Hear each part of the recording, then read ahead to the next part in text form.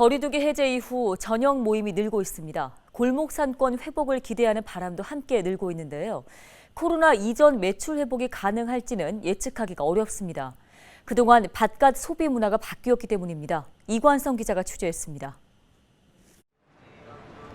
거리두기 해제 이후 도심 상업지역 일부엔 발길이 늘고 있지만 골목 상권은 여전히 코로나 이전 모습을 되찾지 못하고 있습니다. 영업 제한 시간과 상관없이 늦은 시간까지 사적 모임을 갖는 일들이 크게 줄었기 때문입니다.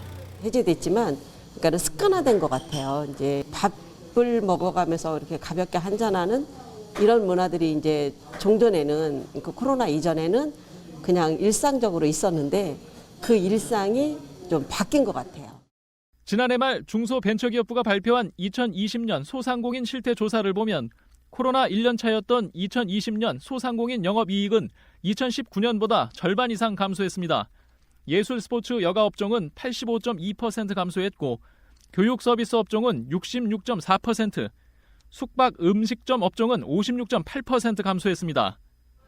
한 해가 더 지나고 사회적 거리두기가 해제되면서 코로나 이전 모습을 다시 기대하고 있지만 쉽지 않을 전망입니다.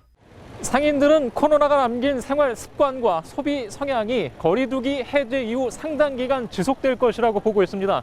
매출 회복이 쉽지 않을 것이라는 걱정을 안고 있는 겁니다. 이게 금방 풀리진 않을 것 같고 시간이 많이 걸릴 것 같아요. 지금 다 소상공인들이 다 대출을 거의 다 받은 상태잖아요. 힘들어서. 그러면 풀린다 그래도 그걸 벌어서 또 그거 갚아야 나가야 되잖아요. 음식점에서는 이제 직접 와서 사 먹는 손님이 줄고 포장해 가거나 배달을 시켜 먹는 경우가 늘었습니다. 배달 수수료가 늘면 음식값을 올리거나 영업이익을 줄여야 하는데 손님이 많지 않은 가게는 음식값을 올리기 어렵습니다.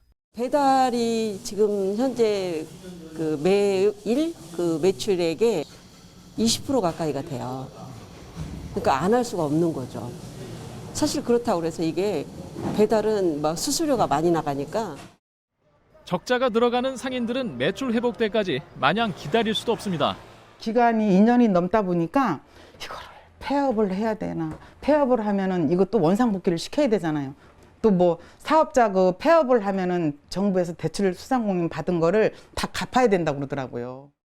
사회적 거리두기 해제를 기다려온 자영업자들은 그동안 바뀐 소비 문화에 적응하며 다시 살 길을 찾아야 합니다. 코로나 이전 모습을 되찾는다는 건 현실과 거리가 먼 이야기로 들립니다. 헬로티비 뉴스 이관성입니다.